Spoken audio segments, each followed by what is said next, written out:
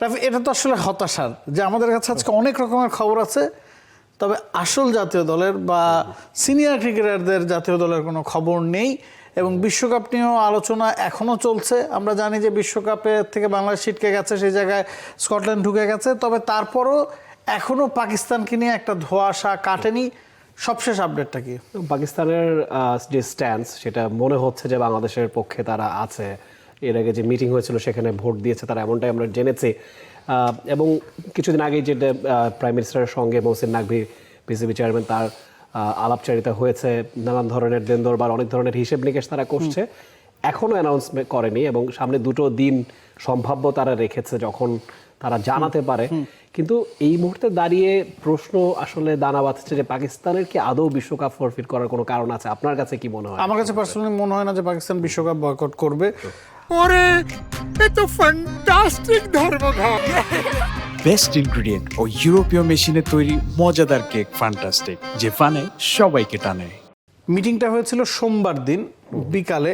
সেদিন বলা হয়েছে, মানে মহসিন নাকভি যিনি পাকিস্তানের স্বরাষ্ট্রমন্ত্রী সম্ভবত এবং একই সাথে পিসিবি চেয়ারম্যান, তার সাথে প্রধানমন্ত্রীর বৈঠক হয়েছে এবং সেখান থেকে 3-4 ধরনের কথাবার্তা এসেছে, যে 3-4টা বিষয় নিয়ে তাদের মধ্যে আলাপ আলোচনা চলছে।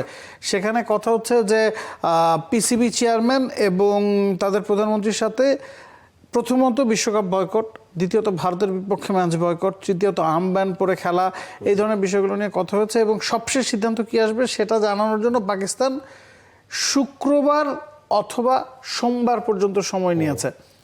এখন আপনাকে ভাবতে হবে যে শনি রবি বন্ধ যদি আপনি ধরেন, শুক্রবার পর্যন্ত আপনি যদি সময় নেন 4 দিন, যদি সোমবার পর্যন্ত সময় নেন 7 দিন, এখানে সময় ক্ষেপণটা মনে হচ্ছে একটু বেশি হয়ে যাচ্ছে। সময় ক্ষেপণ মানে হচ্ছে এই যে আমরা আলোচনা করছি, আইসিসিও আলোচনা করছে, ক্রিকেট বোর্ড পাকিস্তানের আলোচনা করছে, পাকিস্তানের সংবাদ আলোচনা করছে, ইন্টারন্যাশনাল মিডিয়াতে এই খবরটা আছে, ভারতীয় ক্রিকেট বোর্ড বা ভারতের মিডিয়া এই খবরটা আছে। এই জিনিসটাই পাকিস্তান আসলে এখন করতে চাইছে।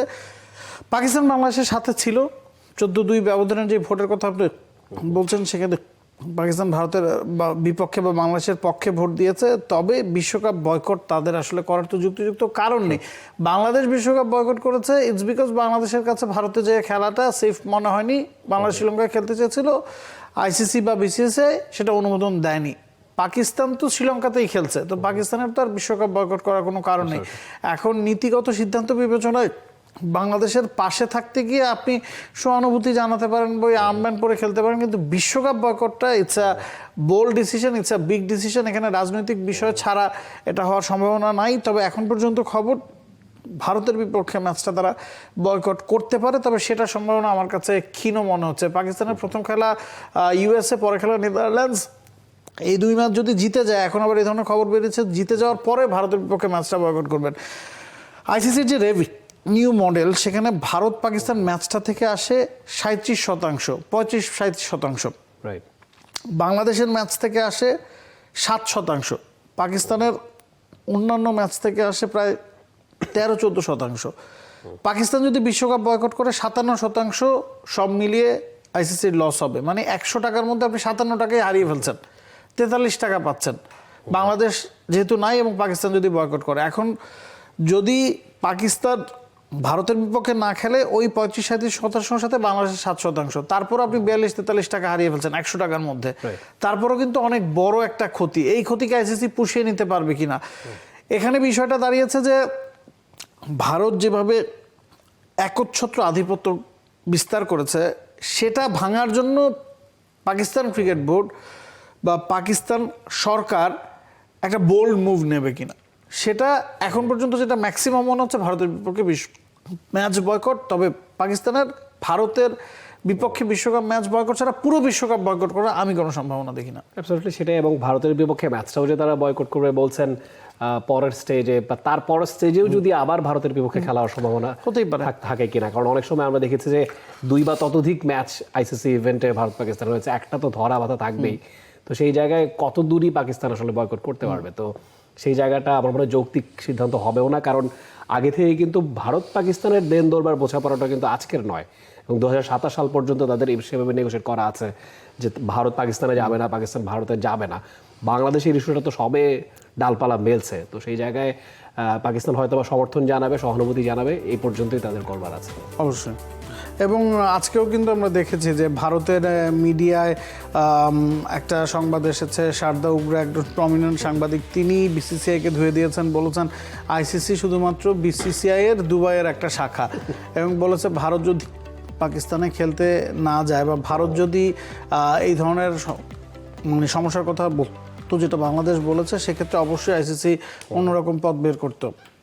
পাকিস্তানও যদি এই কথা বলতো অন্যরকম পথ বের করা হতো, শ্রীলঙ্কা বললে হয়তো বের করা হতো। বাংলাদেশের সাথে কেন এই দ্বিচারিতা? এবং অস্ট্রেলিয়ার সাংবাদিক আদ্রিয়ান মেহেডি তো তিনি যা বিভিন্ন মাধ্যমে বিভিন্ন পোস্টের মাধ্যমে কিন্তু জানাচ্ছেন, মানে বিশ্ব কিন্তু এই প্রশ্নটা তুলছে এখন যে বাংলাদেশকে যেভাবে বাধ্য হয়েছে সেটা ঠিক হয়নি, এখানে ভারত তাদের একচ্ছত্র আধিপত্য দেখিয়েছে বা এখানে দ্বিচারিতা হয়েছে, এটাতে কোনো ডাউট নেই। পাকিস্তানের গ্রেট মোহাম্মদ ইউসুফ তিনি গতকালকে টুইট করেছেন যে পুরো 10টা দেশ যারা বিশ্বকাপ খেলছে তাদের জনসংখ্যার সমান বাংলাদেশের জনসংখ্যা, তো যে বিশাল একটা বাজার আছে সেটাও যদি আপনি অ্যাকাউন্টে আনেন, বাংলাদেশের বিশ্বকাপ না খেলাটাও ক্রিকেটের জন্য একটা অপূরণীয় ক্ষতি, এবং তিনি এইটাকে ন্যায়পরায়ণ কোনো সিদ্ধান্ত হিসেবে তিনি আখ্যা দেননি।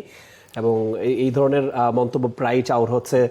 জেসন গিলেসপি তিনি টুইট করে আবার সেটা সরিয়েও দিয়েছেন, তো বাইরের বেশ কিছু এক্সটার্নাল প্রেশারও মনে হচ্ছে যে সেই জায়গাটায় আছে।